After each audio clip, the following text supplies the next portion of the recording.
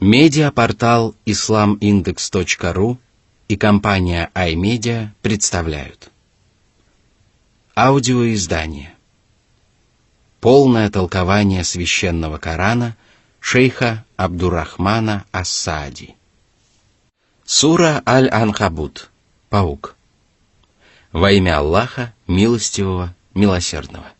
Бисмиллахир-рахманир-рахим. Сура 29, аяты с 1 по 3. Алиф лам мим. أحسب الناس أن يتركوا أن يقولوا آمنا وهم لا يفتنون ولقد فتنا الذين من قبلهم فليعلمن الله الذين صدقوا وليعلمن الكاذبين. Всевышний поведал о своей совершенной мудрости, которая требует от человека, называющего себя правоверным, стойко переносить любые трудности и испытания, которые могут поколебать убежденность слабых людей и маловеров. Только благодаря этим испытаниям можно отличить правдивого верующего от лжеца. И поэтому Всевышний Аллах изначально испытывал мусульман достатком и лишениями, благоденствием и тяготами, радостями и огорчениями, изобилием и нуждой, а также изнурительной борьбой с врагами ислама, в которой мусульманам приходилось отстаивать истину словом и делом. Однако сущность всех этих испытаний состояла в том, что они отдаляли людей от истинных мусульманских воззрений или подрывали в них стремление к добру. В период испытаний выясняется, что вера одних мусульман является непоколебимой. Они твердо придерживаются истины и благодаря этому отвергают любые сомнения, которые подталкивают человека на совершение грехов и неповиновение Всевышнему Господу. Они отказываются ослушаться Аллаха и Его посланника и поступают строго в соответствии с требованиями правой веры. Их непрекращающаяся борьба со своими низменными желаниями свидетельствует об искренности их веры и достоверности их убеждений. В то же время в сердца других людей многочисленные испытания и искушения вселяют сомнения. В результате они начинают совершать грехи и перестают выполнять обязательные предписания, что свидетельствует о том, что их вера является слабой и неправильной.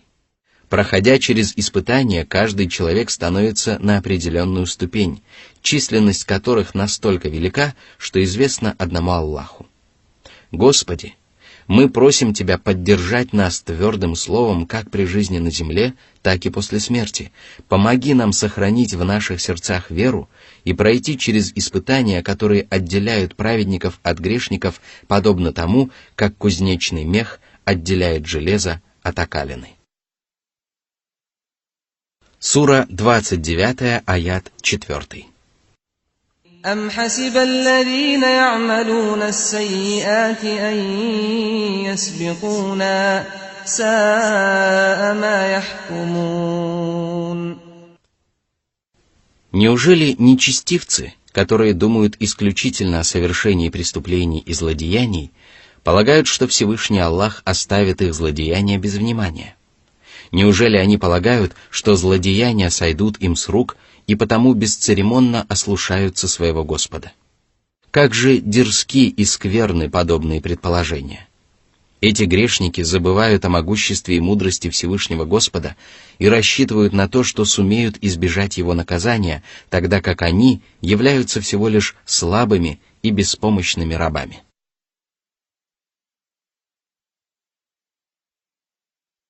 Сура 29, аят 5. من كان يرجو لقاء الله فإن أجل الله لآت وهو السميع العليم. О человек, который искренне любит своего Господа и жаждет встретиться с Ним! Ты всеми силами стремишься приблизиться к Нему и снискать Его благоволение. Так возрадуйся же, ибо очень скоро ты встретишься со своим возлюбленным. Эта встреча непременно состоится, а это значит, что ее можно назвать близкой. Посему готовься к последней жизни и стремись ко встрече со своим Господом с верой и надеждой. Но помни, что не каждому человеку удастся добиться желанной цели, поскольку Всевышний Аллах слышит людские речи и ведает о людских намерениях. Добиться желанной цели удастся только тем, кто был правдив и верен своим словам. А тот, кто был лжив и неверен, не сумеет обрести преуспеяние, на которое он рассчитывал. Воистину, Всевышнему Аллаху известно, кто достоин любви своего Господа, а кто недостоин этой высокой чести. Сура 29, аят 6. وَمَنْ جَاهَدَ فَإِنَّمَا يُجَاهِدُ لِنَفْسِهِ إِنَّ اللَّهَ لَغَنِيٌّ عَنِ الْعَالَمِينَ. Мусульманин обязан бороться с собственными страстями, сатаной и неверующими врагами, но плоды этой священной борьбы будет вкушать в первую очередь он сам. Аллах не нуждается в обитателях миров. Он обременил своих рабов предписаниями не для того, чтобы они обогатили его, и установил для них запреты не потому, что завидовал им. Из этого коранического откровения следует, что для выполнения предписаний своего Господа мусульманин обязан сражаться. Он должен сражаться с собственными страстями, потому что человеческая душа по своей природе склонна к ленности. Он должен бороться с сатаной, потому что сатана удерживает его от совершения благих дел. Он также должен бороться с неверующими, которые мешают ему исповедовать религию надлежащим образом. А для того, чтобы преодолеть эти препятствия, мусульманин должен проявить большое усердие и рвение.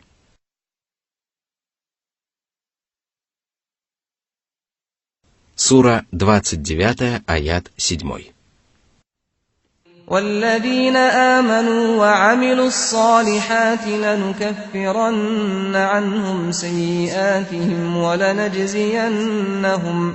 وَلَنَجْزِيَنَّهُمْ أَحْسَنَ الَّذِي كَانُوا يَعْمَلُونَ. Аллах простит грехи тем из своих рабов, которых Он почтил верой и праведными деяниями, потому что праведные деяния смывают грехи. Но наряду с этим Аллах вознаградит их за лучшее из того, что они совершили. Это обязательные и желательные предписания, которые человек выполнял при жизни на земле.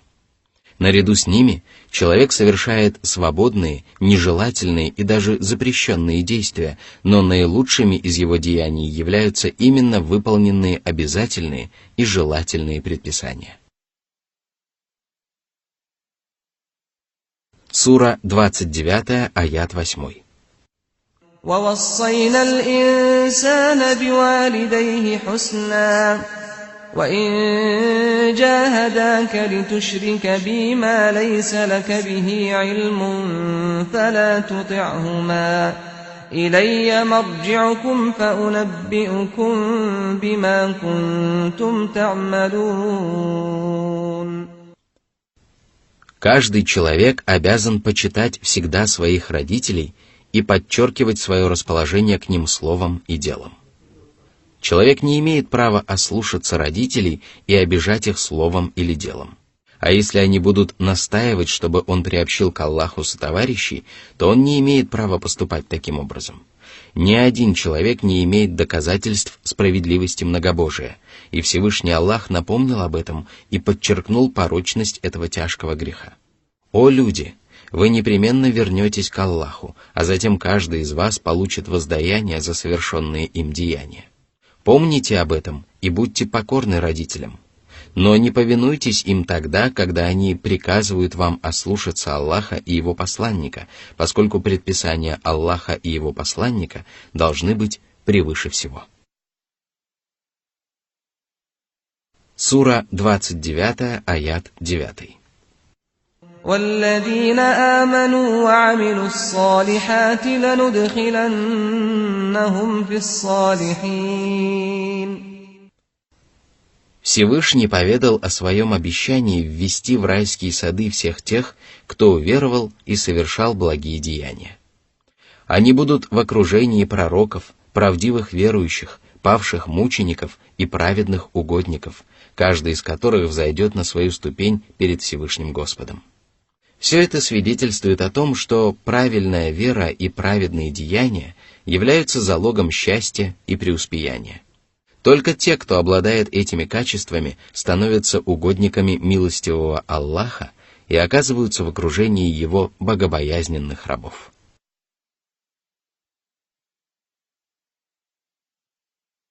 Сура 29, аят 10. وَمِنَ النَّاسِ مَن يَقُولُ آمَنَّا بِاللَّهِ فَإِذَا أُوذِيَ فِي اللَّهِ جَعَلَ فِتْنَةَ النَّاسِ كَعَذَابِ اللَّهِ وَلَئِن جَاءَ نَصْرٌ مِّن رَّبِّكَ لَيَقُولُنَّ إِنَّا كُنَّا مَعَكُمْ أَوَلَيْسَ اللَّهُ بِأَعْلَمَ بِمَا فِي صُدُورِ الْعَالَمِينَ. В предыдущих аятах Всевышний Господь поведал о том, что каждый человек проходит через испытание, благодаря которому правдивый верующий отличается от лжеца. Далее Всевышний Аллах поведал о том, что среди людей есть такие, которые не способны вынести тяжелые потрясения и стойко пройти через суровые испытания. Эти люди утверждают, что уверовали в Аллаха.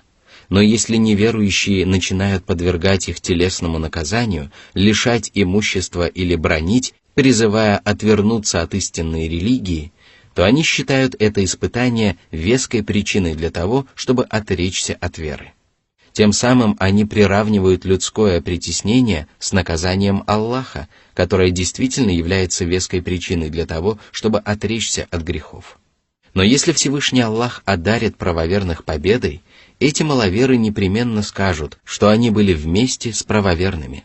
Они скажут так, потому что победа и триумф угодны их низменным устремлениям. Они относятся к той самой категории людей, о которой Всевышний Аллах упомянул в следующем откровении. Среди людей есть и такой, который поклоняется Аллаху, находясь на грани между верой и неверием. Если ему достается добро, то благодаря этому он чувствует себя уверенно. Если же его постигает искушение, то он оборачивается вспять.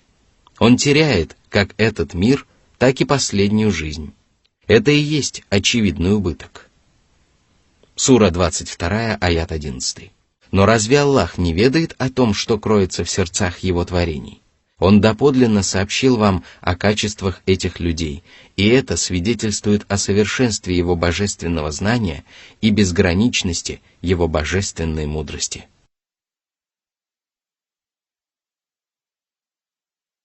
Сура 29, аят 11. وَلَيَعْلَمَنَّ اللَّهُ الَّذِينَ آمَنُوا وَلَيَعْلَمَنَّ الْمُنَافِقِينَ.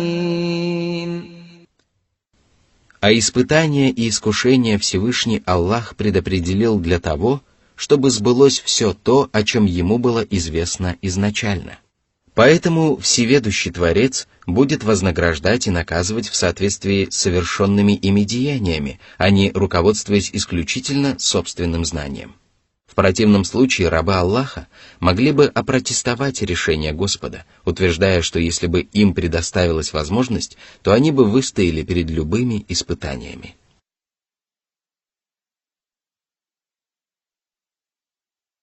Сура 29, аят 12. وَقَالَ الَّذِينَ كَفَرُوا لِلَّذِينَ آمَنُوا اتَّبِعُوا سَبِيلَنَا وَلْنَحْمِلْ خَطَايَاكُمْ وَمَا هُمْ بِحَامِلِينَ مِنْ خَطَايَاهُمْ مِنْ شَيْءٍ إِنَّهُمْ لَكَاذِبُونَ. Всевышний поведал о том, как изощряются неверующие, которые призывают мусульман обратиться в их религию. Мусульмане должны помнить об этом, не обольщаться соблазнительными призывами неверующих и не попадаться в их чудовищные сети. Неверующие и безбожники говорят мусульманам: отрекитесь от мусульманской веры или хотя бы от некоторых ее предписаний и поступайте так, как велит наша религия. Мы гарантируем вам успех, и даже готовы понести бремя ваших грехов. Они дают обещания, исполнить которые им никогда не удастся. Никто не сможет облегчить бремя грешников даже на самую малость. И если даже человек добровольно согласится взвалить на себя бремя чужих грехов, он все равно ничем не поможет грешнику, потому что истина на стороне всемогущего Господа, который волен судить своих рабов по своим собственным законам. А закон Всевышнего Аллаха гласит: никто не понесет бремени чужих грехов. Сура 29, аят 13.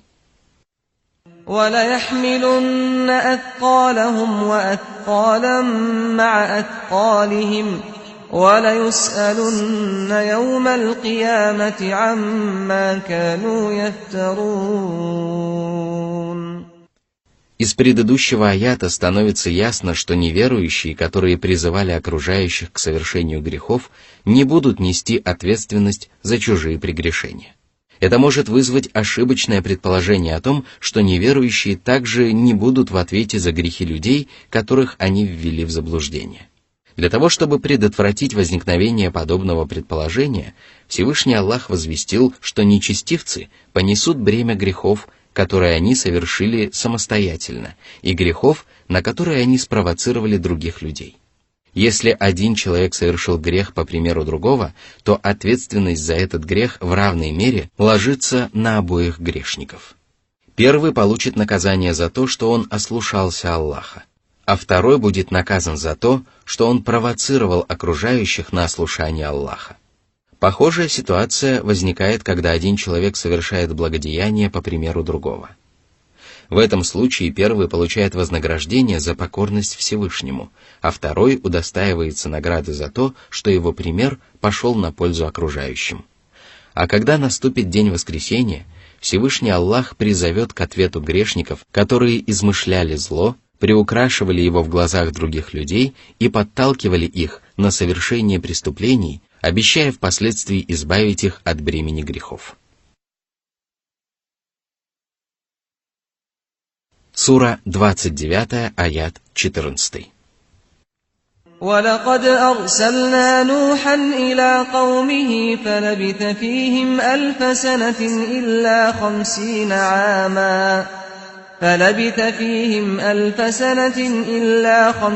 عَامًا فَأَخَذَهُمُ الطُّوفَانُ وَهُمْ ظَالِمُونَ.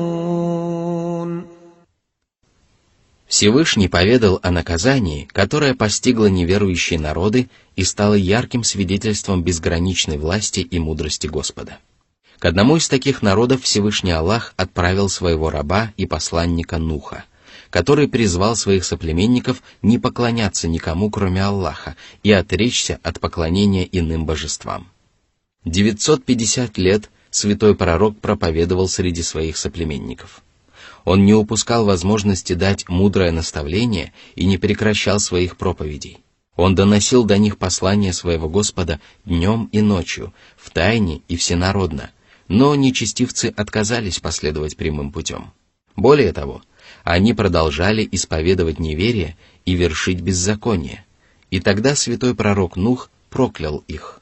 Он проявил невиданное терпение и огромную выдержку, но впоследствии все-таки обратился к своему Господу со словами: «Господи, не оставь на земле ни одного неверующего жителя». Сура 71, аят 26. И спустя некоторое время их постиг потоп. Вода лилась с небес и выплескивалась из недр земли.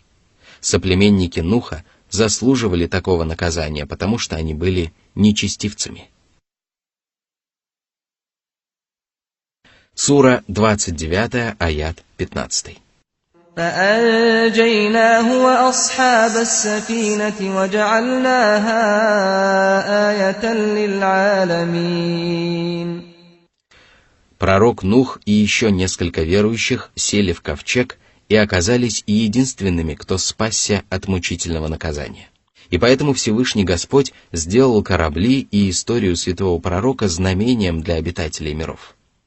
Люди и джинны должны извлечь урок из этой истории и помнить о том, что неверие в Божьих посланников всегда заканчивается погибелью, а правая вера всегда позволяет рассчитывать на избавление от забот и выход из самых трудных ситуаций. Люди и джинны также должны вглядываться в корабли, которые являются знамением Всевышнего Господа и напоминанием о Его милости. Именно по милости Аллаха люди научились строить корабли, на которых они отправляются в заморские страны и перевозят тяжелые грузы.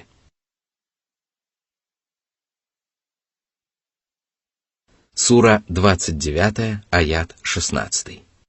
وإبراهيم إذ قال لقومه اعبدوا الله واتقوه ذلكم خير لكم إن كنتم تعلمون. Всевышний поведал о пророческой миссии своего возлюбленного Ибрахима.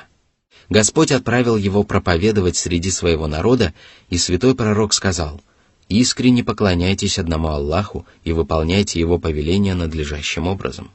Опасайтесь гнева Божьего и не совершайте грехов, дабы не постигло вас мучительное наказание. Так будет лучше для вас, если бы вы только знали. Поклонение одному Аллаху и богобоязненность принесут вам гораздо больше пользы, чем все остальное». Сравнительная степень, использованная в этом кораническом откровении, имеет значение превосходной степени, потому что в нем не упоминается, что именно сравнивается с поклонением Аллаху и богобоязненностью. Воистину, отказ от поклонения одному Аллаху и богобоязненности не принесет человеку никакой пользы, потому что только благодаря приверженности единобожию и набожности можно обрести счастье как при жизни на земле, так и после смерти. Любые блага на земле и в последней жизни являются результатом этих прекрасных качеств. Что же мешает людям уразуметь эту истину, задуматься над своим бытием и отдать предпочтение тому, что действительно заслуживает предпочтения? После повеления исповедовать единобожие и набожность, пророк Ибрахим запретил своим соплеменникам поклоняться идолам, которые имеют множество недостатков и не заслуживают обожествления. Он сказал: Сура 29, аяты 17-18. إنما تعبدون من دون الله أوثانا وتخلقون إفكا إن الذين تعبدون من دون الله لا يملكون لكم رزقا فابتغوا عند الله الرزق واعبدوه واشكروا له إليه ترجعون وإن تكذبوا فقد كذب من قبلكم وما على الرسول إلا البلاغ المبين.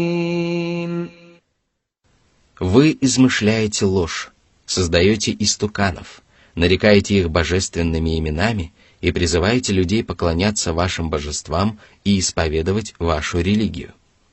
Однако придуманные вами божества не обладают качествами, за которые их следовало бы обожествлять. Они не способны принести пользу или уберечь от зла. Они не властны над жизнью, смертью и воскрешением. Они обладают качествами творений, которые не заслуживают даже крошечной крупицы поклонения или обожествления, потому что божеством может называться только тот, кого можно попросить о помощи и спасении. Вот почему далее святой пророк Ибрахим призвал своих соплеменников поклоняться единственному истинному Богу и сказал: «Ищите пропитание у Аллаха, поклоняйтесь Ему и будьте благодарны Ему. Только Всевышний Аллах может ниспослать вам пропитание, потому что только Он помогает своим рабам заработать на хлеб насущный, предопределяет им земной удел и внимает молитвам людей, которые испрашивают у Него помощи в мирских и духовных начинаниях. Он один заслуживает поклонения, потому что только Он свободен от пороков и недостатков и властен ниспослать благо или причинить вред. Он один управляет вселенной и заслуживает того, чтобы вы искренне благодарили Его, потому что только Он одаряет творения милостями и щедротами и оберегает их от несчастий и лишений. К Нему вы будете возвращены, и тогда Он воздаст каждому из вас за совершенные им деяния и поведает вам обо всем, что вы утаивали или обнародовали. Опасайтесь же предстать перед Ним многобожниками или неверующими, и всеми силами стремитесь приблизиться к Нему, дабы получить Его щедрое вознаграждение. Сура 29, аят 19. أَوَلَمْ يَرَوْا كَيْفَ يُبْدِئُ اللَّهُ الْخَلْقَ ثُمَّ يُعِيدُهُ إِنَّ ذَلِكَ عَلَى اللَّهِ يَسِيرٌ. Речь идет о воскрешении творений в судный день. В другом кораническом откровении говорится: «Он тот, кто создает творения в первый раз, а затем воссоздает их, и сделать это для него еще легче». Сура 30, аят 27. Сура 29, аят 20. قُلْ سِيرُوا فِي الْأَرْضِ فَانظُرُوا كَيْفَ بَدَأَ الْخَلْقَ ثُمَّ اللَّهُ يُنشِئُ النَّشْأَةَ الْآخِرَةَ إِنَّ اللَّهَ عَلَى كُلِّ شَيْءٍ قَدِيرٌ. Если вы сомневаетесь в истинности воскрешения, то посмотрите на этот мир и призадумайтесь, и тогда вы непременно увидите, что люди рождаются и умирают, растения цветут и увядают, облака образуются и распадаются, а ветра усиливаются и стихают. Все сущее возникает и умирает для того, чтобы возникнуть снова. Задумайтесь над человеческим сном, который справедливо можно назвать малой смертью. Ночь окутывает людей своим покрывалом, прекращается мирская суета и стихают человеческие голоса, а сами люди укладываются спать в теплые постели, в которых они больше напоминают покойников. Однако ночь не успевает закончиться, а люди уже просыпаются ото сна, оживают после малой смерти и говорят: «Хвала Аллаху, который вернул нас к жизни после смерти, и к Нему нам предстоит вернуться». А затем Аллах воссоздаст конечное творение, и тогда люди уже никогда не познают смерть и сон.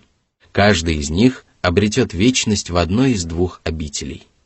Для Всевышнего Господа нет ничего невозможного, и если Он сумел однажды сотворить людей, то воссоздать эти творения для Него тем более не составит никакого труда. Сура 29, аят 21. يُعَذِّبُ مَن يَشَاءُ وَيَرْحَمُ مَن يَشَاءُ وَإِلَيْهِ تُقْلَبُونَ. Он один вершит суд над своими творениями, вознаграждает и милует покорных праведников и наказывает непокорных ослушников. А после вынесения окончательного приговора каждый человек обретает свое место либо в обители милосердия, либо в огненной преисподней. Помните об этом и совершайте благодеяния, которые помогут вам снискать благоволение вашего Господа, а также остерегайтесь ослушания и непокорности, которые обрекают грешника на великие страдания. Сура 29, аят 22.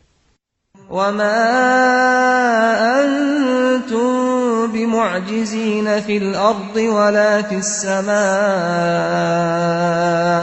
وَمَا لَكُمْ مِنْ دُونِ اللَّهِ مِنْ وَلِيٍّ وَلَا نَصِيرٍ.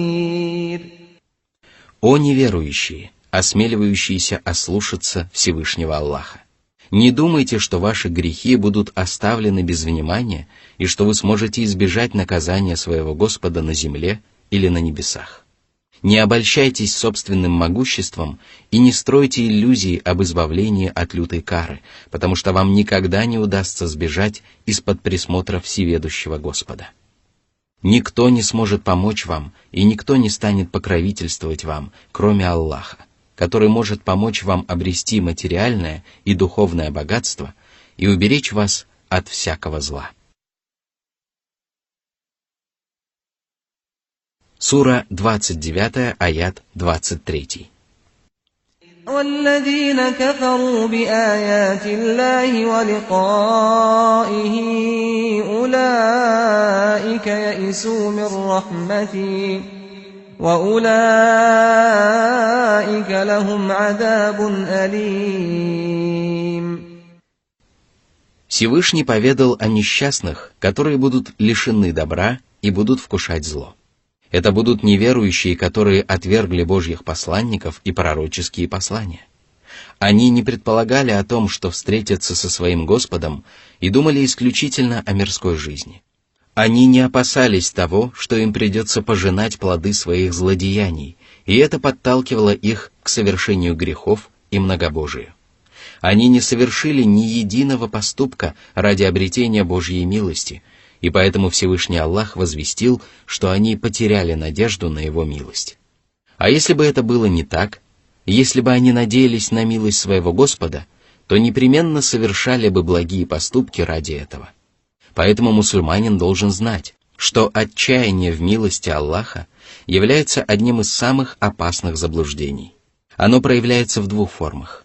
Неверующие могут отчаяться в Божьей милости, потому что вообще не пытаются приблизиться к своему Господу, а верующие грешники могут отчаяться в ней по причине множества преступлений и грехов, которые вселяют в их сердца печаль и лишают их светлой надежды. И если люди будут обладать перечисленными выше качествами, то их постигнет мучительное и болезненное наказание. В предыдущих и последующих аятах упоминается о препирательстве соплеменников Ибрахима со своим пророком, а этим откровением Всевышний Господь опроверг утверждение упрямых неверующих. Аллаху же об этом известно лучше.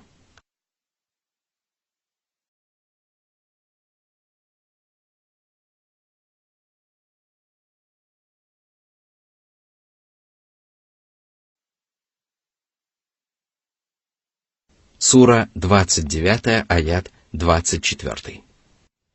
فما كان جواب قومه إلا أن قالوا اقتلوه أو حرقوه فأنجاه الله من النار إن في ذلك لآيات لقوم يؤمنون. Ибрахим продолжал проповедовать среди своего народа. Он призывал их уверовать в Господа, прислушаться к Его искренним наставлениям и призадуматься над милостью Аллаха, который отправил к ним посланника. Однако ответ его соплеменников был ужасен. Они решили подвергнуть его самой мучительной казни, и они обладали для этого достаточной властью. Когда же они предали святого пророка огню, Всевышний Аллах защитил его от языков огненного пламени. Воистину, это стало знамением для людей уверовавших. Это знамение свидетельствует о правдивости, доброте и искренности Божьих посланников, а также о порочности помыслов неверующих, которые противятся посланникам и призывают друг друга к еще большему неверию. Сура 29, аят 25. وقال إنما اتخذتم من دون الله أوثانا مودة بينكم في الحياة الدنيا ثم يوم القيامة يكفر بعضكم ببعض ويلعن بعضكم بعضا ومأواكم النار وما لكم من ناصرين.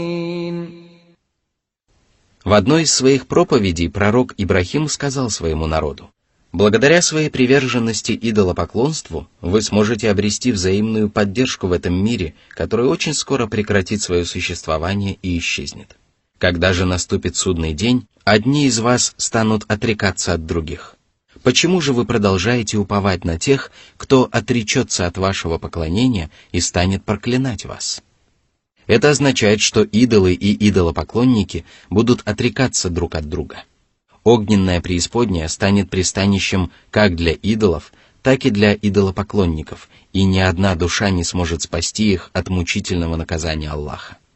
Всевышний также сказал: «Кто же находится в большем заблуждении, чем те, которые взывают вместо Аллаха к тем, которые не ответят им до дня воскресения и которые не ведают об их зове? А когда люди будут собраны, они станут их врагами и будут отвергать их поклонение. Сура 46, аяты 5-6. Сура 29, аят 26. فآمن له لوط وقال إني مهاجر إلى ربي إنه هو العزيز الحكيم.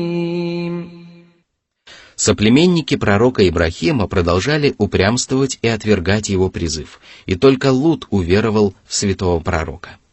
Позднее Всевышний Аллах сделает этого праведника своим посланником и отправит его проповедовать среди своих соплеменников. Святой пророк Ибрахим сказал: «Я решил покинуть страну, в которой царят зло и беззаконие, и переселиться в благословенную землю Шама».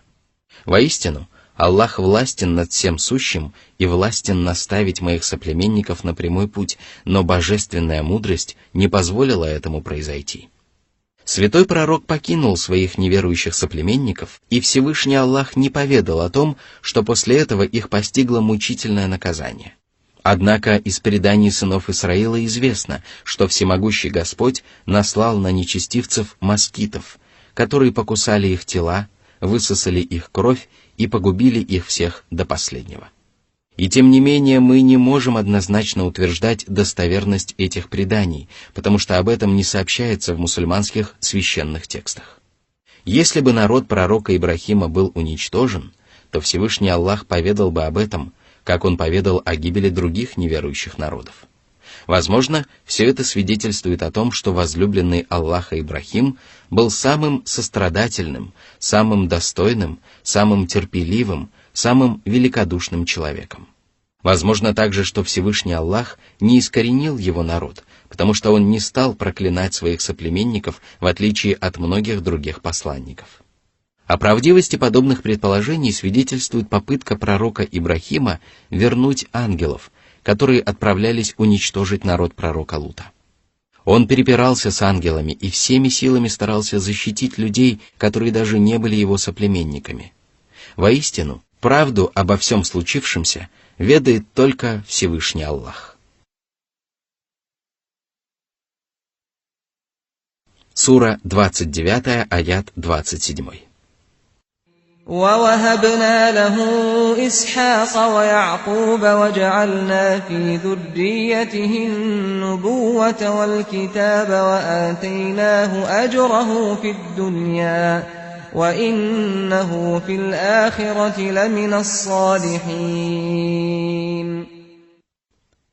Это произошло после переселения пророка Ибрахима в Шам. Все пророки и посланники, которых Всевышний Аллах отправлял после этого, принадлежали к благородному роду пророка Ибрахима, а последним из этих избранников стал пророк Мухаммад, да благословит его Аллах и приветствует. Благодаря этому потомство пророка Ибрахима стало источником божественного руководства, милости, счастья и преуспеяния.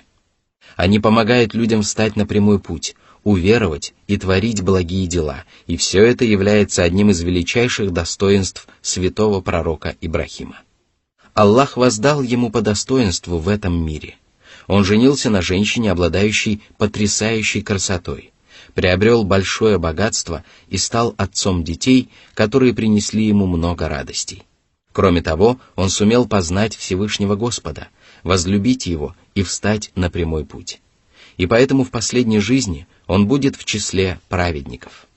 Более того, он и его прямой потомок Мухаммад будут лучшими из праведников и займут самые прекрасные места в райской обители. Таким образом, Всевышний Аллах поведал о том, что пророк Ибрахим обрел счастье как при жизни на земле, так и после смерти. Сура 29, аяты с 28 по 30.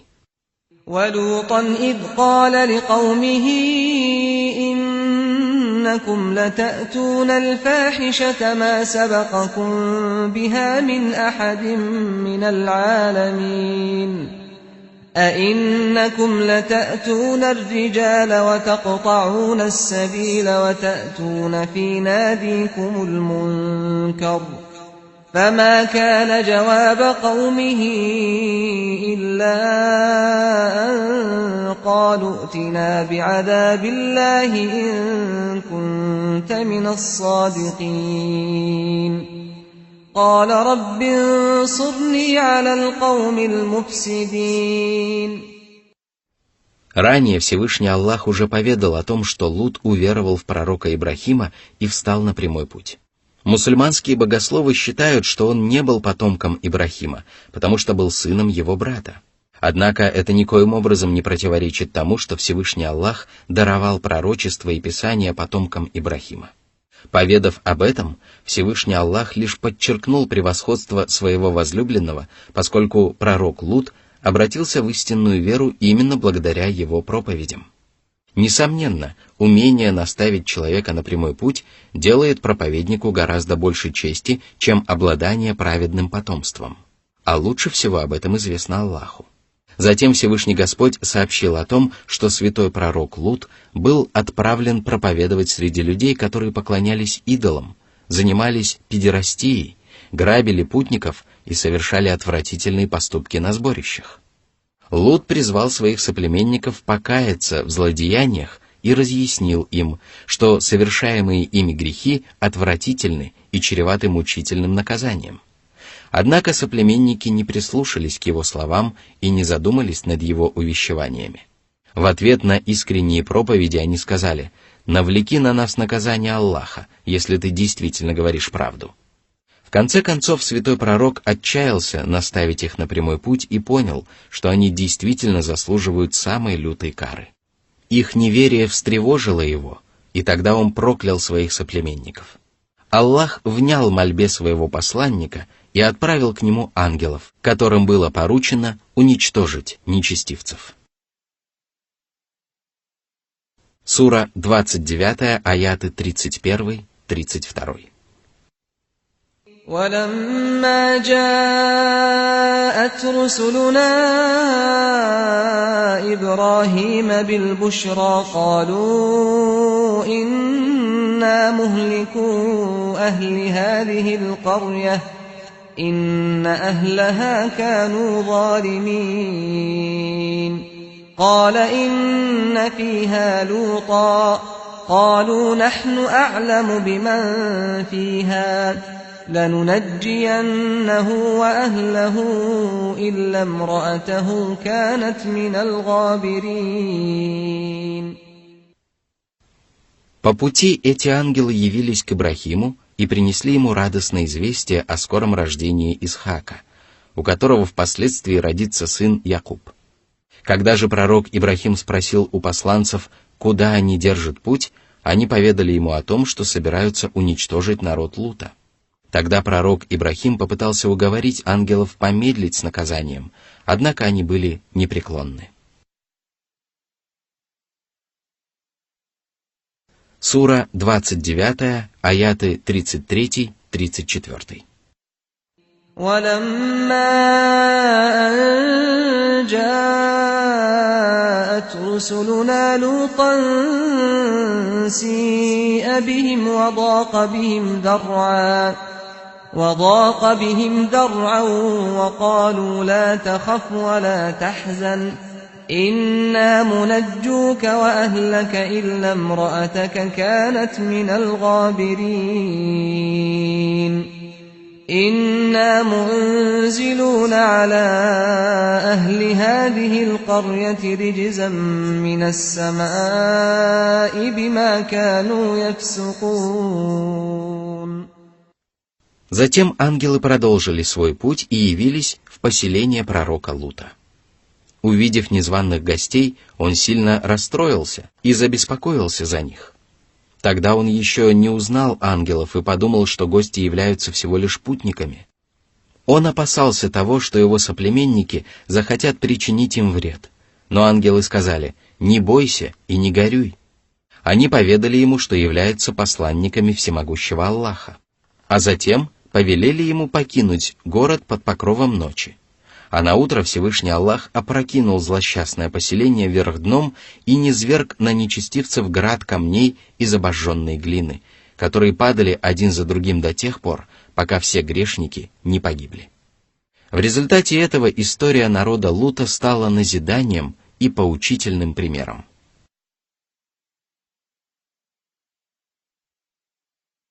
Сура 29, аят 35. وَلَقَدْ تَرَكْنَا مِنْهَا آيَةً بَيِّنَةً لِقَوْمٍ يَعْقِلُونَ. Что же касается поселения, в котором проживали соплеменники святого пророка, то оно превратилось в наглядное знамение для людей, которые внимают назиданиям и извлекают из них пользу. Это кораническое откровение похоже на следующий аят. «Вы проходите мимо них утром и вечером. Неужели вы не разумеете?» Сура 37, аяты 137-138. Сура 29, аяты 36-37.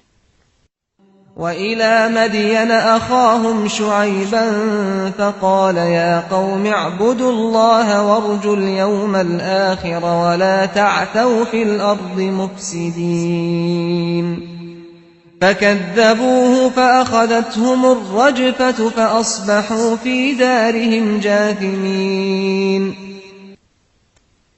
Всевышний поведал о том, что отправил к мадьянитам их брата Шуэйба. Мадьян – это название хорошо известного племени.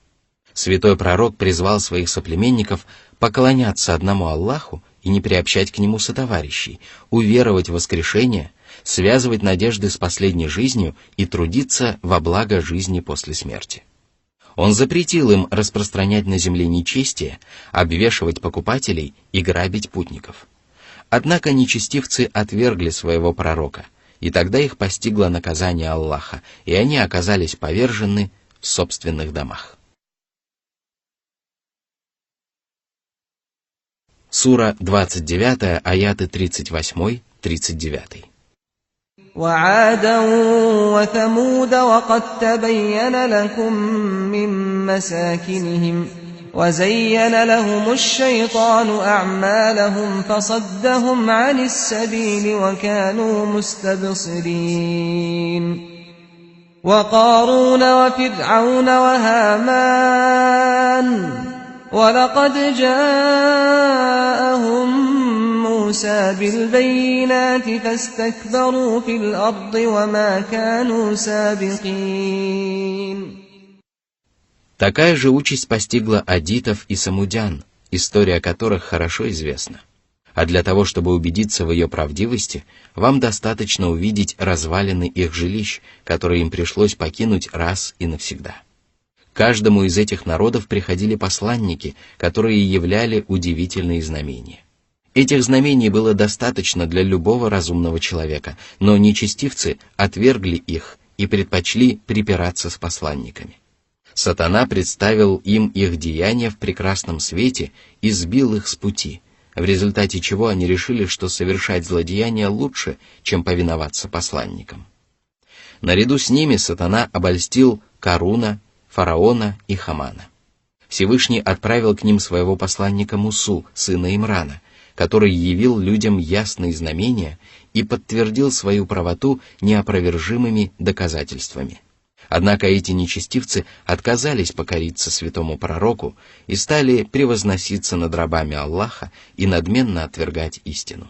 Когда же их постигла лютая кара, они не смогли спастись от погибели. Они не смогли опередить Аллаха и избежать унижения. Напротив, они были смиренны и безропотны. Сура 29, аят 40. فَكُلًّا أَخَذْنَا بِذَنبِهِ فَمِنْهُمْ مَنْ أَرْسَلْنَا عَلَيْهِ حَاصِبًا وَمِنْهُمْ مَنْ أَخَذَتْهُ الصَّيْحَةُ وَمِنْهُمْ مَنْ خَسَفْنَا بِهِ الْأَرْضَ وَمِنْهُمْ مَنْ أَغْرَقْنَا وَمَا كَانَ اللَّهُ لِيَظْلِمَهُمْ وَلَكِنْ كَانُوا أَنفُسَهُمْ يَظْلِمُونَ. Всемогущий Аллах возвестил о том, что каждый из неверующих народов получил наказание, которое соответствовало совершенным им злодеяниям. На некоторых грешников Господь обрушил шквалистый ветер. Эта горькая участь досталась аддитам, на которых обрушился злосчастный ураган, бушевавший в течение 7 ночей и 8 дней без перерыва, после чего поверженные нечестивцы были подобны рухнувшим сгнившим пальмовым стволам. Некоторых грешников Господь поразил чудовищным воплем, и ярким свидетельством этого стала погибель соплеменников пророка Салиха. Иных нечестивцев поглотила земля, и такой ужасный конец выпал на долю надменного Каруна. А других грешников всемогущий Господь потопил в море, что и произошло с фараоном, Хаманом и их войском.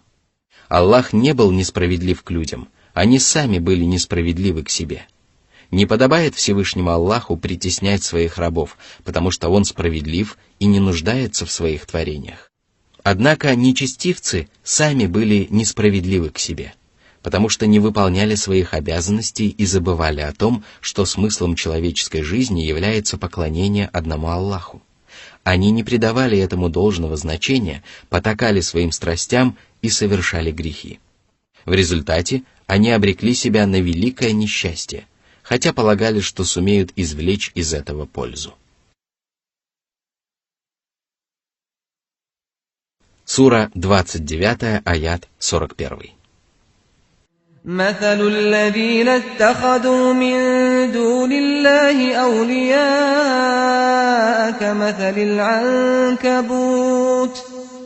كمثل العنكبوت اتخذت بيتا وإن أوهن البيوت لبيت العنكبوت لو كانوا يعلمون. Аллах привел притчу о тех, которые поклоняются наряду с ним ложным божествам в надежде обрести величие и заручиться их поддержкой.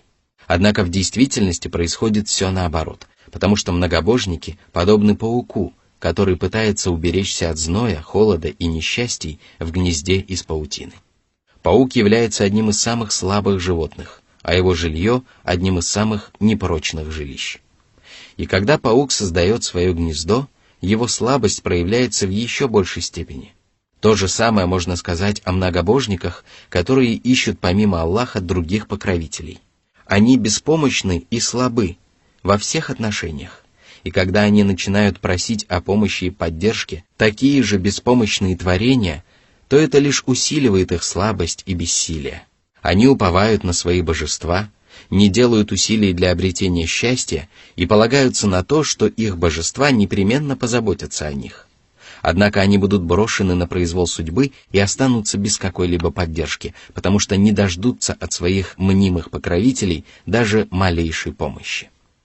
Если бы они осознавали свое истинное положение и положение божеств, которым они поклоняются, то никогда не стали бы поклоняться им. Они отреклись бы от них и всеми силами стали бы искать покровительства могущественного и милосердного Господа, который не лишает своей поддержки тех рабов, которые надеются на Его помощь и уповают на Него. Господь помогает им сохранить веру и благоустроить мирскую жизнь, одаряет их душевной силой и здоровьем, исправляет их положение и деяния. Сура 29, аят 42. إن الله يعلم ما يدعون من دونه من شيء وهو العزيز الحكيم. В предыдущем аяте Всевышний Аллах изобличил беспомощность идолов, которым поклоняются многобожники. Далее премудрый Господь решил еще выразительнее подчеркнуть порочность многобожия и возвестил о том, что придуманные идолопоклонниками боги вообще не существуют. Они представляют собой всего лишь имена, придуманные нечестивцами. Многобожники приписывают своим богам божественные качества и верят в то, что говорят. Но стоит благоразумному человеку призадуматься над их воззрениями, как ему становится ясно, насколько они лживы и порочны. Всевышний ведает обо всем очевидном и сокровенном и знает, что многобожники взывают к несуществующим богам, то есть взывают к творениям, которые не являются богами. Этот коранический аят похож на следующее откровение. Помимо него вы поклоняетесь лишь именам, которые придумали вы и ваши отцы. Аллах не ниспослал о них никакого доказательства. Сура 12, аят 40. По этому поводу Всевышний также сказал: «Воистину, Аллаху принадлежат те, кто на небесах, и те, кто на земле, а те, которые поклоняются помимо Аллаха другим божествам, следуют лишь предположениям и измышляют, что им вздумается». Сура 10, аят 66. Воистину, Аллах могущественный, мудрый. Он обладает совершенным могуществом, благодаря которому властно распоряжается всем сущим. Он также обладает божественной мудростью, благодаря чему расставляет все сущее по местам, придает всем творениям прекрасный облик и обременяет их только совершенными предписаниями. Сура 29, аят 43. وَتِلْكَ الْأَمْثَالُ نَضْرِبُهَا لِلنَّاسِ وَمَا يَعْقِلُهَا إِلَّا الْعَالِمُونَ. Аллах рассказывает своим рабам эти притчи, дабы они извлекли из них пользу и почерпнули знания. Притчи являются одним из способов доведения истины до человеческого сознания, потому что они помогают рассуждать о нематериальном, опираясь на доказательства, взятые из материального мира. Именно притчи зачастую разъясняют истинный смысл тех или иных предписаний, и поэтому они приносят всему человечеству неоценимую пользу. Но постигают их смысл только обладающие знанием, которые задумываются над содержанием каждой притчи и размышляют над тем, зачем она была рассказана. Такие люди обладают настоящим знанием, которое укоренилось в их сердцах. В этом аяте Всевышний Аллах подчеркнул важность коранических притч и призвал людей призадуматься и размышлять над иносказательными повествованиями. Наряду с этим Аллах отметил превосходство людей, которые постигают смысл коранических притч, и подчеркнул, что именно это качество является отличительным признаком истинных обладателей знания. Из всего сказанного следует, что если человек не понимает смысла иносказательных откровений, то он не может относиться к числу обладателей знания. Это утверждение действительно справедливо, потому что коранические притчи посвящены только самым важным вопросам. Обладатели знания замечают, что Всевышний Аллах уделил этим вопросам особое внимание и призвал своих рабов задуматься над притчами, посвященными этим вопросам. Они понимают, насколько важны эти вопросы, и всеми силами пытаются постичь смысл ниспосланных Аллахом притч. Однако находятся люди, которые не придают значения важности коранических притч и не постигают их смысла. Таких людей невозможно причислить к обладателям знания, ибо если они не способны осмыслить самые важные вопросы, то им тем более не удастся разобраться во всем остальном. Именно поэтому большинство рассказанных Аллахом притч посвящены основным постулатам мусульманской веры. Сура 29, аят 44.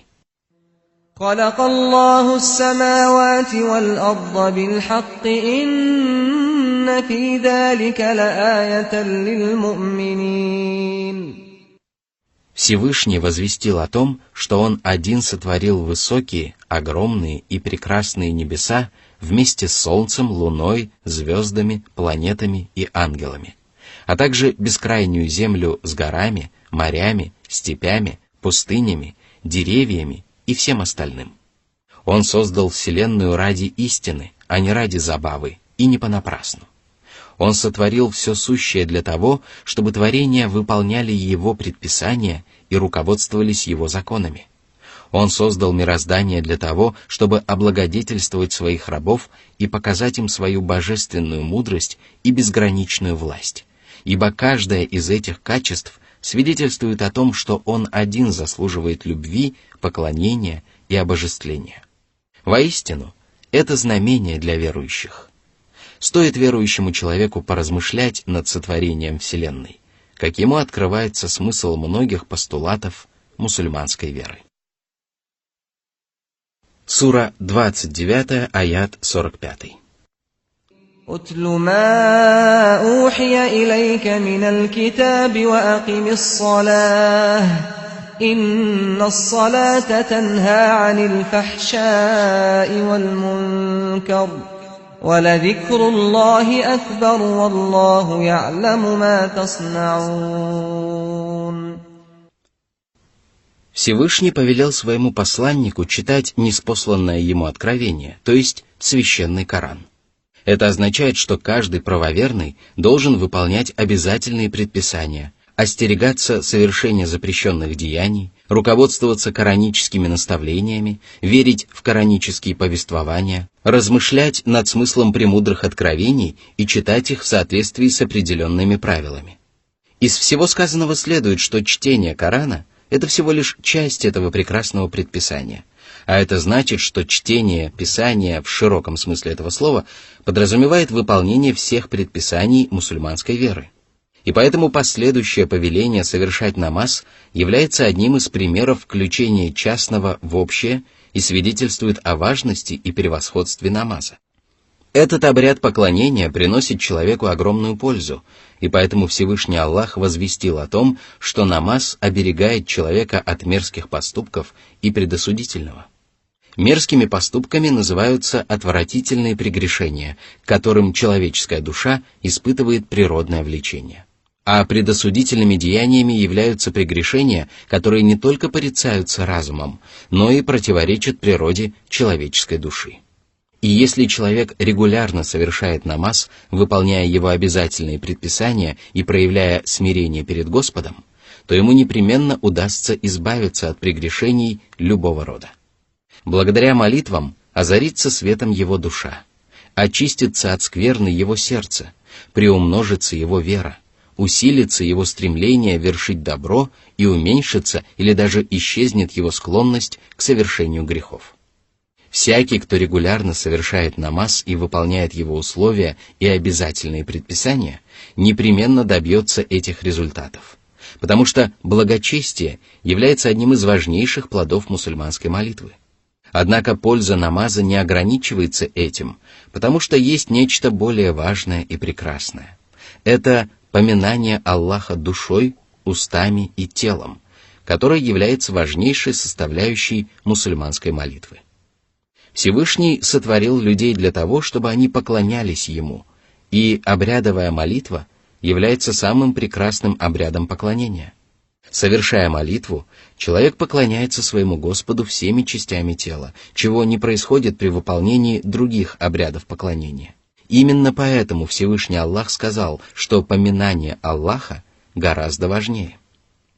Однако существует иное толкование этого откровения, согласно которому Всевышний Аллах вначале возвестил о важности совершения намаза, а затем отметил, что поминание Аллаха в остальное время является гораздо более важным занятием. Этого мнения придерживалось большинство толкователей Священного Корана, но первое толкование является более убедительным. И согласно этому толкованию, намаз важнее поминания Аллаха в остальное время, потому что он сам по себе является величайшим проявлением поминания Аллаха. Воистину, Аллах ведает обо всех добрых и злых деяниях своих рабов и сполна воздаст каждому из них за все содеянное.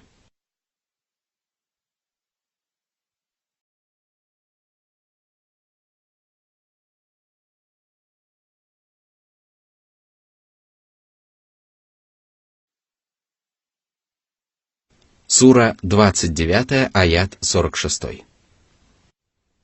ولا تجادلوا أهل الكتاب إلا بالتي هي أحسن إلا الذين ظلموا منهم وقولوا آمنا بالذي أنزل إلينا وأنزل إليكم وإلهنا وإلهكم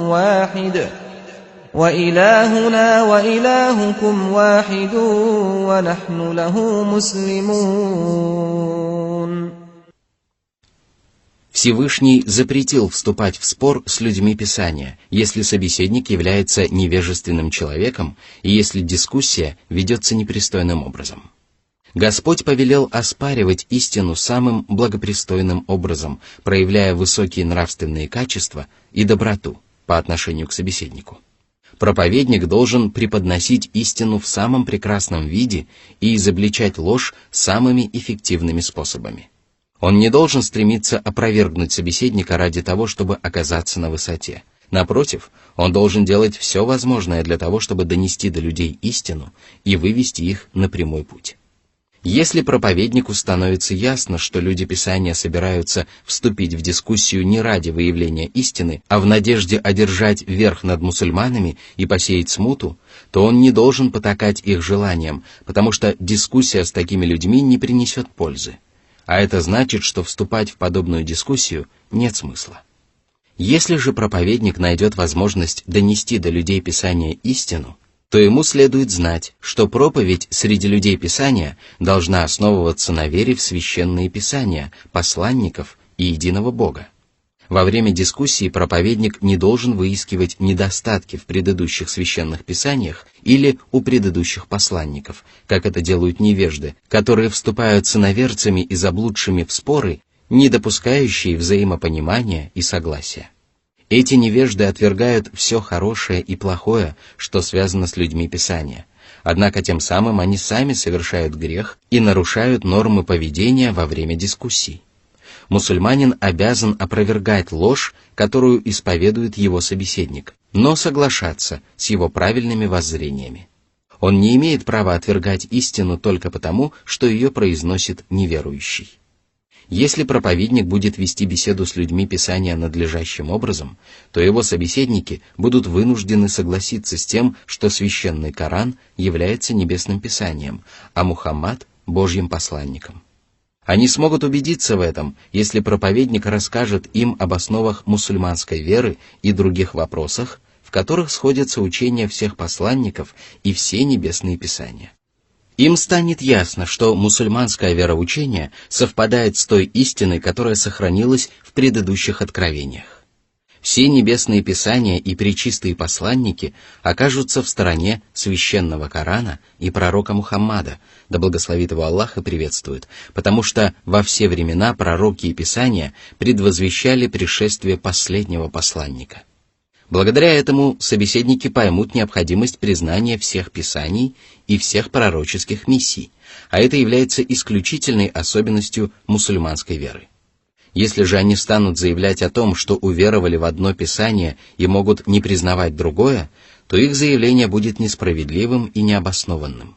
Каждое последующее писание является истиной, которая подтверждает истинность предыдущего писания, и поэтому люди, которые отвергают священный Коран, фактически отвергают писание, о своей верности которому они разглагольствуют.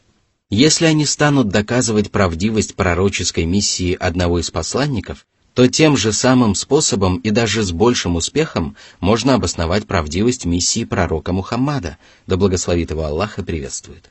Если же они попытаются опровергнуть его миссию, то окажется, что их сомнительные доводы в еще большей степени относятся к их собственным посланникам. И если они признают безосновательность подобных обвинений в адрес своих посланников, то безосновательность обвинений в адрес пророка Мухаммада, да благословит его Аллах и приветствует, будет еще более очевидной. Помимо всего сказанного, проповедник должен подчеркивать, что он является мусульманином и покорен воле своего Господа. Воистину, если человек уверовал в Аллаха, признал его своим Богом, уверовал во все писания и во всех посланников, покорился воле своего Господа и последовал путем святых посланников, то он обрел великое счастье. Если же он отказался от этого пути, то обрек себя на страдания и несчастье.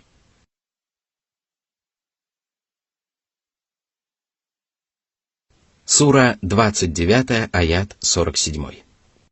وَكَذَلِكَ أَنزَلْنَا إِلَيْكَ الْكِتَابَ فَالَّذِينَ آتَيْنَاهُمُ الْكِتَابَ يُؤْمِنُونَ بِهِ وَمِنْ هَؤُلَاءِ مَنْ يُؤْمِنُ بِهِ وما يجحد بآياتنا إلا الكافرون. О Мухаммад! Тебе ниспослано благородное Писание, в котором разъяснены все важнейшие вопросы. Оно учит людей самым благородным качествам, содержит самые совершенные предписания, подтверждает истинность предыдущих небесных писаний и содержит правдивые повествования о судьбе предыдущих посланников. И поэтому правоверные, которым еще раньше были дарованы священные писания, тотчас узнают его. Они не испытывают ревности и не потакают своим страстям, они веруют в ниспосланный тебе Коран, потому что убеждены в его правдивости и полном соответствии с предыдущими откровениями. Они узнают его, потому что священный Коран является исполнением пророчеств, содержащихся в предыдущих писаниях, и потому что они обладают знанием, благодаря которому отличают прекрасное от дурного, а истину от лжи. Среди твоих современников тоже есть верующие, которые узнали в священном Коране истинное Писание. Они отличаются от тех, кто уверовал в него в надежде обрести вознаграждение и спастись от наказания. А что касается людей, которые упрямо отрицают истину, то они отказываются уверовать в священный Коран. Среди таких людей нет ни одного человека, который желает исповедовать истину. Если человек действительно имеет чистые помыслы и намерения, то он непременно уверует в последнее небесное откровение, потому что содержащихся в нем ясных знамений достаточно для каждого благоразумного человека, который готов прислушаться к истине. Одним из доказательств правдивости священного Корана является то, что его проповедовал правдивый пророк Мухаммад, да благословит его Аллах и приветствует. Даже его неверующие соплеменники считали его надежным и правдивым человеком. Они знали его с самого рождения и помнили о каждом значительном событии в его жизни. Они знали, что он не умел ни писать, ни читать. Когда же он начал проповедовать священный Коран, то прожитые им годы стали неопровержимым доказательством его правдивости. У мекканцев не было причин усомниться в том, что это было откровение великого и достохвального Аллаха. Именно поэтому далее Всевышний Господь сказал: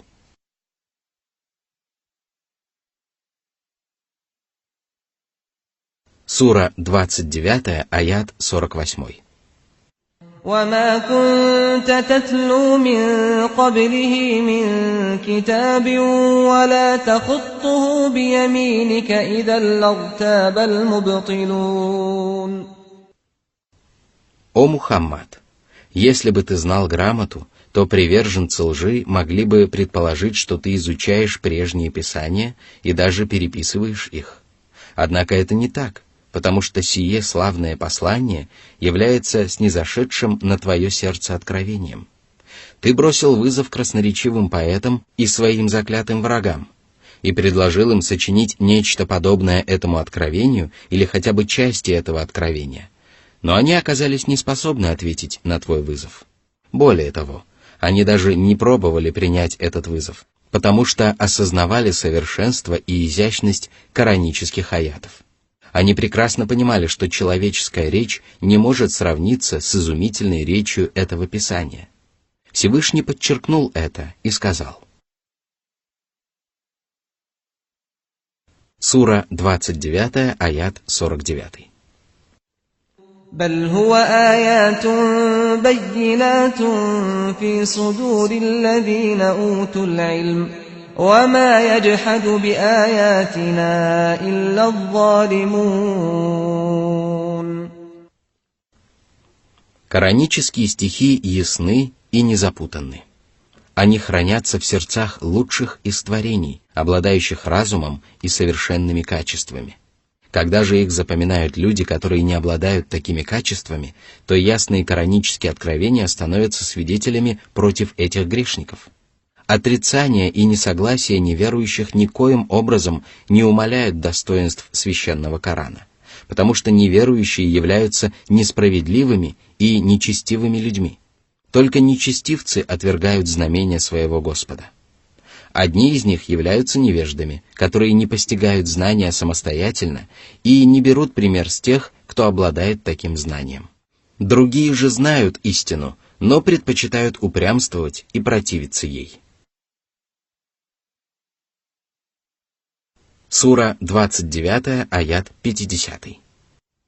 وقالوا لولا أنزل عليه آيات من ربه قل إنما الآيات عند الله وإنما أنا نذير مبين. Всевышний поведал о том, что нечестивцы, которые отказывались уверовать в пророка Мухаммада, да благословит его Аллах и приветствует, и принесенное им Писание, требовали от него чудес.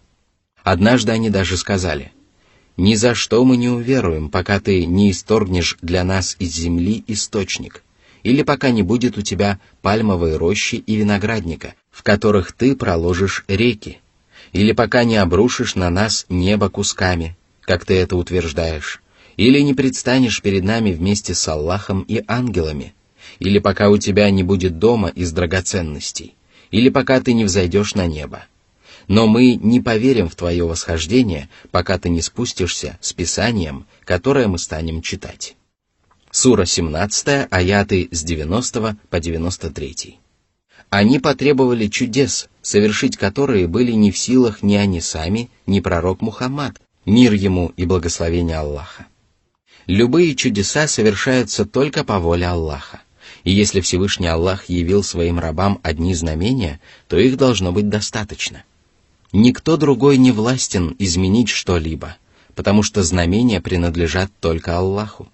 Ему решать, какие чудеса следует показывать, а какие нет. Что же касается пророка Мухаммада, да благословит его Аллах и приветствует, то он был всего лишь ясным увещевателем и не мог превзойти свои возможности. Многобожникам были ясны истина и ложь, но они продолжали требовать явить им новые чудеса и знамения. Подобные требования были проявлением величайшей несправедливости и высокомерия по отношению к Аллаху и истине вообще. Они соглашались уверовать только в ответ на знамения, и если бы Всевышний Аллах удовлетворил бы их требования, то их согласие не было бы истинной верой. Это стало бы уступкой их безосновательным пожеланиям, и они уверовали бы не ради истины, а ради ниспосланных им знамений. Какая же польза была бы от ниспослания знамений в ответ на конкретные требования? А поскольку знамения служат для разъяснения истины, далее Всевышний Аллах упомянул о методах разъяснения истины и сказал: Сура 29, аят 51. أَوَلَمْ يَكْفِهِمْ أَنَّا أَنزَلْنَا عَلَيْكَ الْكِتَابَ يُتْلَى عَلَيْهِمْ إِنَّ فِي ذَلِكَ لَرَحْمَةً وَذِكْرَى لِقَوْمٍ يُؤْمِنُونَ. Неужели они до сих пор не убедились в твоей правдивости и истинности ниспосланного тебе откровения? Ты читаешь им краткое, но всеобъемлющее Писание, в котором собрано множество удивительных знамений и ярких свидетельств. А ведь ты являешься необразованным человеком, и это уже свидетельствует о твоей правдивости. Ты предлагаешь им сочинить нечто подобное ниспосланному тебе Писанию, и их неспособность ответить на твой вызов является еще одним доказательством твоей правоты. Ты всенародно проповедуешь это Писание и открыто заявляешь о том, что оно ниспослано Всевышним Аллахом. Ты отстаиваешь истину, несмотря на малочисленность своих сторонников и многочисленность своих противников и врагов. Ты не прячешь от них Писание и не падаешь духом. Напротив, ты собираешь вокруг себя толпы горожан и кочевников и во весь голос заявляешь, что это слово твоего Господа. Кто сумеет изобличить во лжи твое Писание? Кто осмелится сравниться с ним? Кто посмеет состязаться с ним? Ниспосланное тебе откровение заботится о достоверности всех предыдущих небесных писаний. Оно подтверждает сохранившуюся в них истину и отвергает сделанные в них изменения. Каждое повеление и каждый запрет священного Корана являются наставлением на прямой путь. В этом Писании нет такого повеления, в ответ на которое человеческий разум сказал бы: лучше бы этого повеления не было.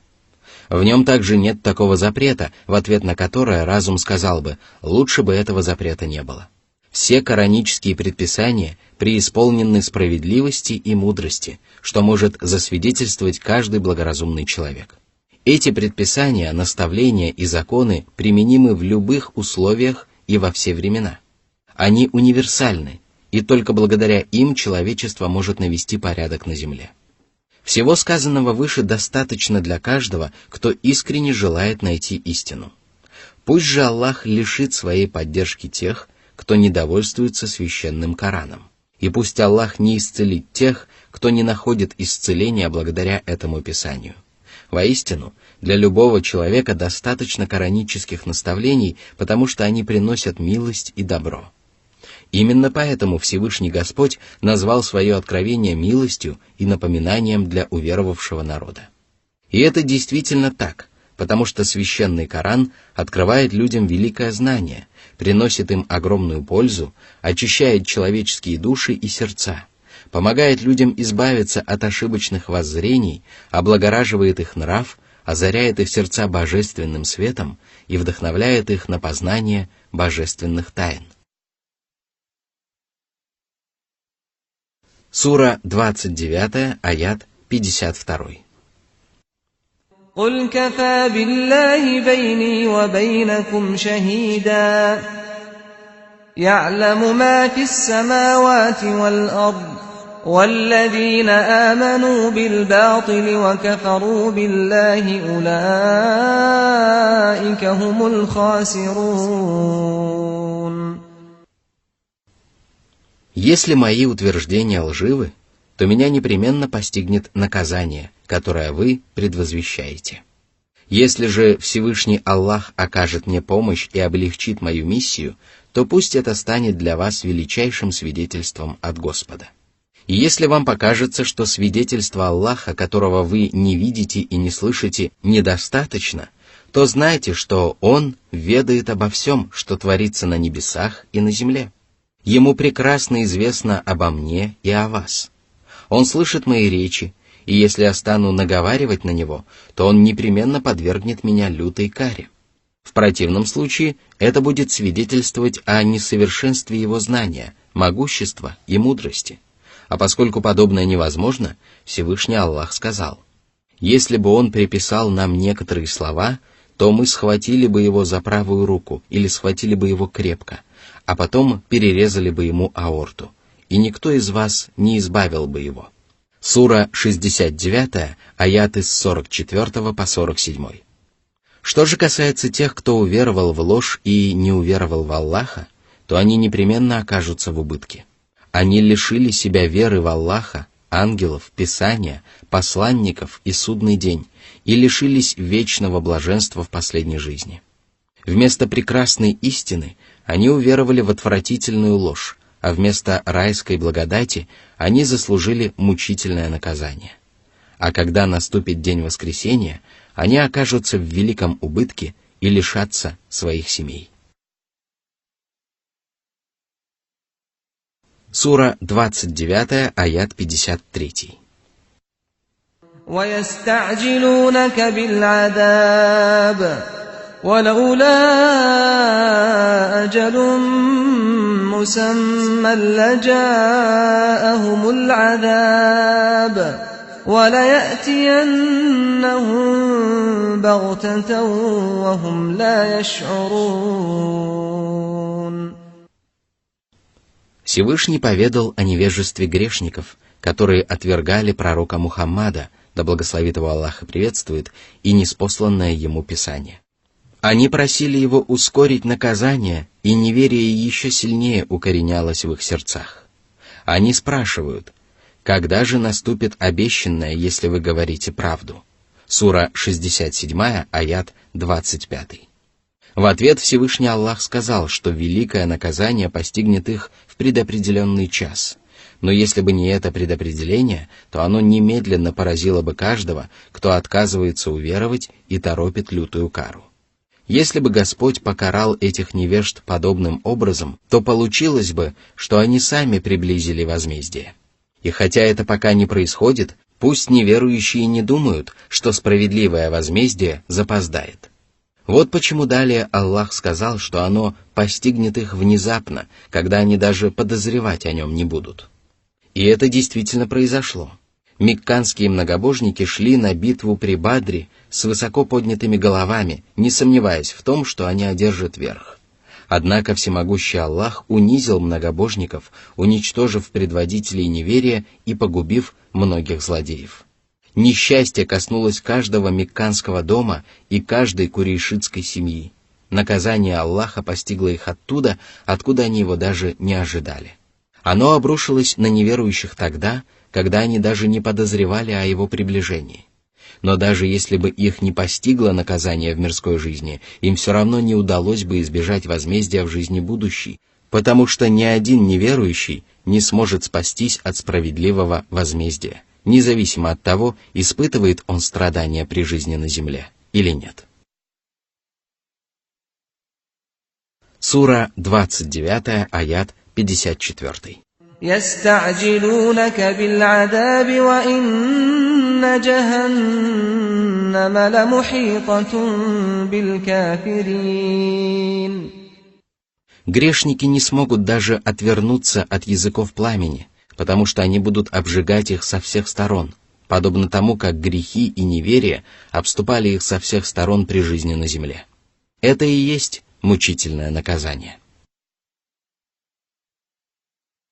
Сура 29, аят 55. يوم يغشاهم العذاب من فوقهم ومن تحت أرجلهم ويقول ذوقوا ما كنتم تعملون. Сегодня ваши злодеяния превратились в наказание, которое окружает вас со всех сторон, потому что в своей мирской жизни вы не расставались с грехами и неверием. Сура 29, аяты с 56 по 59. يا عبادي الذين آمنوا إن أرضي واسعة فإياي فاعبدون كل نفس ذائقة الموت ثم إلينا ترجعون والذين آمنوا وعملوا الصالحات لنبوئنهم من الجنة غرفا تجري من تحتها الأنهار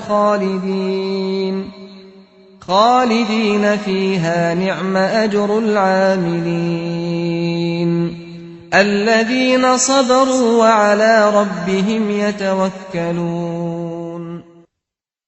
Всевышний обратился к верующим, которые уверовали в его посланника, и сказал: «Моя земля обширна, и если вам мешают поклоняться своему Господу в одной стране, то переселяйтесь в другую страну, где люди поклоняются одному Аллаху.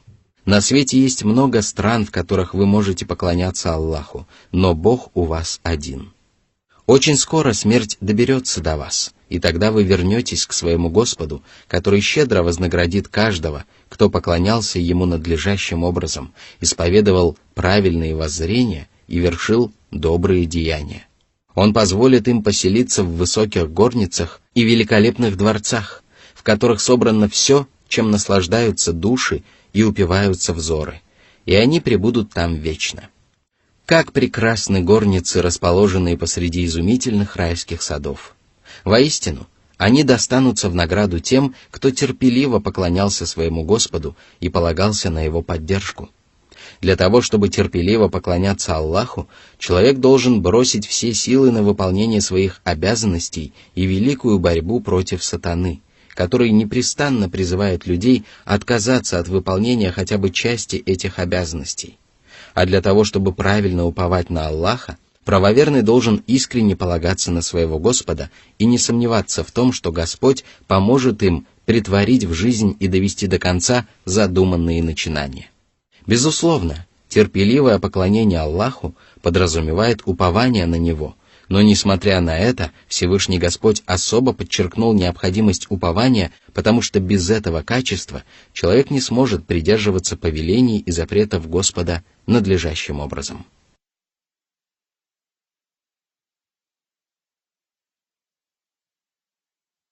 Сура 29, аят 60. وَكَأَيِّن مِّن دَابَّةٍ لَّا تَحْمِلُ رِزْقَهَا اللَّهُ يَرْزُقُهَا وَإِيَّاكُمْ وَهُوَ السَّمِيعُ الْعَلِيمُ. Всеблагой и Всевышний Творец поведал о том, что Он один заботится о пропитании всех своих творений. Как сильные, так и беспомощные твари кормятся только благодаря заботе своего Господа. А сколько есть животных, которые лишены не только силы, но и разума. Они не запасаются пропитанием, зато всемилостивый Аллах непрестанно одаряет их земным уделом. О люди! Наряду с этим Аллах обеспечивает пропитанием вас самих. Каждый из вас находится на попечении Господа, который сотворил все сущее, управляет судьбами своих творений и одаряет их всем необходимым. Среди его прекрасных имен – слышащий, знающий. Поэтому ничто не происходит без ведома Аллаха, и ни одна живая тварь не помрет с голоду из-за того, что Всевышний Аллах забыл о ее существовании. Этот коранический аят похож на следующее откровение. Нет на земле ни единого живого существа, которого Аллах не обеспечивал бы пропитанием. Аллах знает их место пребывания и место хранения, утробы матерей или могилы. Все это записано в Ясном Писании. Сура 11, аят 6. Сура 29, аяты с 61 по 63. وَلَئِن سَأَلْتَهُم مَّنْ خَلَقَ السَّمَاوَاتِ وَالْأَرْضَ وَسَخَّرَ الشَّمْسَ وَالْقَمَرَ لَيَقُولُنَّ اللَّهُ فَأَنَّىٰ يُؤْفَكُونَ اللَّهُ يَبْسُطُ الرِّزْقَ لِمَن يَشَاءُ مِنْ عِبَادِهِ وَيَقْدِرُ لَهُ إِنَّ اللَّهَ بِكُلِّ شَيْءٍ عَلِيمٌ وَلَئِن سَأَلْتَهُم مَّن نَّزَّلَ مِنَ السَّمَاءِ مَاءً فَأَحْيَا بِهِ الْأَرْضَ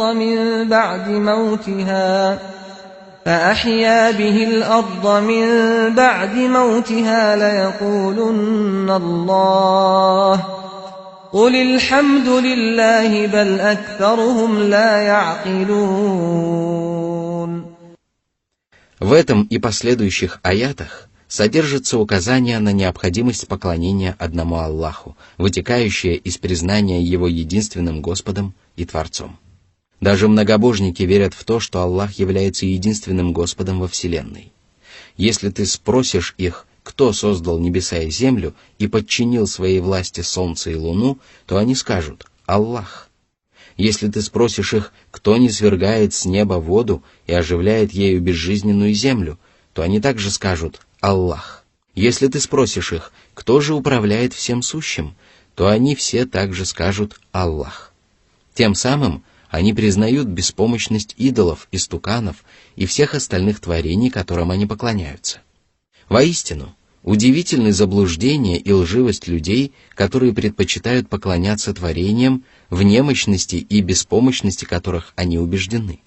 Эти люди являются глупцами, лишенными разума и рассудка. Что может быть более безрассудным поступком, чем поклонение каменным истуканам или могилам? Многобожник приходит к ним и прекрасно понимает, что они не способны принести ему пользу или причинить вред, создать творение или одарить его пропитанием. Но, несмотря на это, многобожник начинает обращаться к ним с искренними молитвами и тем самым приравнивает их к Господу, который творит и одаряет пропитанием, одаряет щедротами и посылает несчастья. О Мухаммад!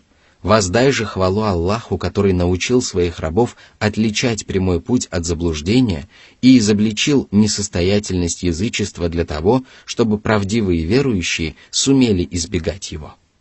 Воздай хвалу своему Господу, который сотворил жизнь на небесах и на земле и управляет судьбами своих творений, который одаряет великими щедротами одних и ниспосылает скудный удел другим. Воистину, только премудрому Аллаху известно, в чем нуждаются его рабы и что может принести им пользу. Сура 29, аят 64. وما هذه الحياة الدنيا إلا لهو ولعب وإن الدار الآخرة لهي الحيوان لو كانوا يعلمون. Всевышний поведал об истинной ценности мирской и будущей жизней. А наряду с этим он призвал людей не обольщаться мирскими благами и жаждать прелестей последней жизни. Мирская жизнь по сути своей является всего лишь забавой и развлечением. Человеческие души тешатся мирскими удовольствиями, а человеческие тела получают наслаждение от земных страстей, потому что Всевышний Аллах переполнил земной мир красотами и удовольствиями. Эти красоты очаровывают заблудшие сердца, радуют беспечные взоры и приводят в восторг искалеченные души. Но очень скоро земные удовольствия прекращаются, а влюбленный в них грешник начинает раскаиваться и сожалеть об упущенных возможностях. Настоящая жизнь – это жизнь после смерти. Она совершенна, потому что каждая живая душа будет наделена в ней невероятно сильным телом и удивительными способностями. Человеческие тела будут сотворены для вечной жизни и будут обладать всем, что необходимо для самого совершенного бытия. Сердца праведников в последней жизни будут переполняться радостью, а сами они будут получать удовольствие от удивительных яств, вкусных напитков, прекрасных жен и многого другого, чего не видывал взор, чего не слышали уши и о чем даже не помышляла человеческая душа. Если бы люди ведали об этом, то не стали бы отдавать предпочтение мирской жизни. Если бы они были способны здраво мыслить, то не стали бы отворачиваться от вечной жизни и устремляться к тленной обители забав и развлечений. А это означает, что каждый человек, который знает об истинной ценности мирской и будущей жизни, обязан отдавать предпочтение жизни после смерти. Сура 29, аяты 65-66. فإذا ركبوا في الفلك دعوا الله مخلصين له الدين فلما نجاهم إلى البر إذا هم يشركون ليكفروا بما آتيناهم وليتمتعوا فسوف يعلمون. Всевышний поведал о том, что многобожники начинают искренне поклоняться одному Аллаху, когда оказываются в трудном положении. Если многобожники находятся на корабле посреди моря, то стоит морю забушевать, какими обуревают страх перед смертью. И вот тогда они забывают о своих божествах и начинают искренне взывать к одному Аллаху, не приобщая к нему сотоварищей. Когда же буря стихает, они забывают об Аллахе, которого они молили о спасении, и начинают поклоняться ложным божествам, которые не способны помочь им в трудную минуту и избавить их от несчастий. Что же мешает им обращаться с мольбой к одному Аллаху в горе и радости, в периоды испытаний и благоденствий? Если бы они поступали таким образом, то стали бы истинными правоверными, которые получат вознаграждение своего Господа и спасутся от его наказания. Но нет. Они предпочитают исповедовать многобожие даже после того, как Господь облагодетельствовал их и спас от верной гибели. Они отказываются возблагодарить Аллаха за ниспосланные им щедроты и грешат в ответ на Божью милость. Но в результате они лишь получают возможность насладиться короткой мирской жизнью, подобно скотине, которая заботится только о том, как набить свой желудок и удовлетворить свою страсть. Пройдет немного времени, и им придется расстаться с мирской жизнью и отправиться в последнюю жизнь, где их ожидают великая печаль и мучительное наказание. Сура 29, аят 67. أَوَلَمْ يَرَوْا أَنَّا جَعَلْنَا حَرَمًا آمِنًا وَيُتَخَطَّفُ النَّاسُ مِنْ حَوْلِهِمْ أَفَبِالْبَاطِلِ يُؤْمِنُونَ وَبِنِعْمَةِ اللَّهِ يَكْفُرُونَ. Господь напомнил мекканским язычникам о том, что превратил их город в безопасное святилище. Они живут в безопасности и не испытывают нужды, тогда как жители остальных городов живут в постоянном страхе и подвергаются нападениям разбойников. И несмотря на это, многобожники отказываются искренне поклоняться Господу, который одарил их пропитанием и избавил от страха. Неужели они уверовали в ложь и не признают милость Аллаха? Они исповедуют многобожие, произносят лживые речи, совершают порочные деяния и отказываются благодарить Всевышнего Аллаха. О чем же они думали, когда отдавали предпочтение заблуждению над прямым путем, лжи над истиной и несчастью над преуспеянием? О чем они думали, когда согласились стать величайшими нечестивцами на свете? Сура 29, аят 68.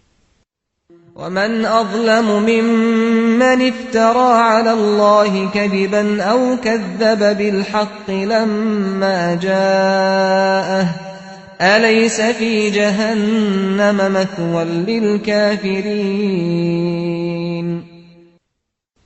Они приписывают Аллаху свои лживые утверждения и заблуждения и в то же время отвергают истину, которую принес пророк Мухаммад, да благословит его Аллах и приветствует. Однако исходом этой чудовищной несправедливости станет огненная преисподняя. Там они расплатятся за совершенные ими злодеяния и будут опозорены. Адская обитель станет их пристанищем навеки вечные, и они никогда не смогут выбраться оттуда. Сура 29, аят 69. والذين جاهدوا فينا لنهدينهم سبلنا وإن الله لمع المحسنين. Что же касается верующих, которые совершают переселение ради Всевышнего Господа, сражаются с врагами истинной религии и всеми силами стремятся снискать благоволение Аллаха, то они сумеют пройти тернистыми путями, ведущими ко Всевышнему Аллаху. Они будут удостоены Божьего руководства, потому что любят вершить добро, а Всевышний Господь никогда не покидает таких людей. Он оказывает им поддержку и наставляет их на прямой путь. А из этого следует, что самыми достойными и правильными людьми являются мусульмане, которые сражаются на пути Аллаха. Из этого также следует, что если человек исправно выполняет предписания религии, то Аллах оказывает ему поддержку и облегчает ему путь к счастью и спасению.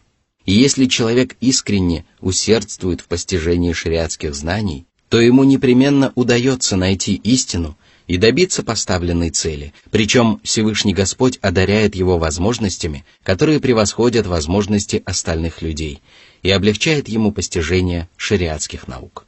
А происходит это потому, что изучение религии Аллаха относится к сражению на пути Аллаха. Праведные ученые сражаются словом и языком против неверующих и лицемеров, и принимают участие в подобном сражении только избранные. Они обучают людей предписаниям религии и отвергают ошибочные воззрения тех, кто противится истине, даже если эти воззрения принадлежат некоторым из мусульман.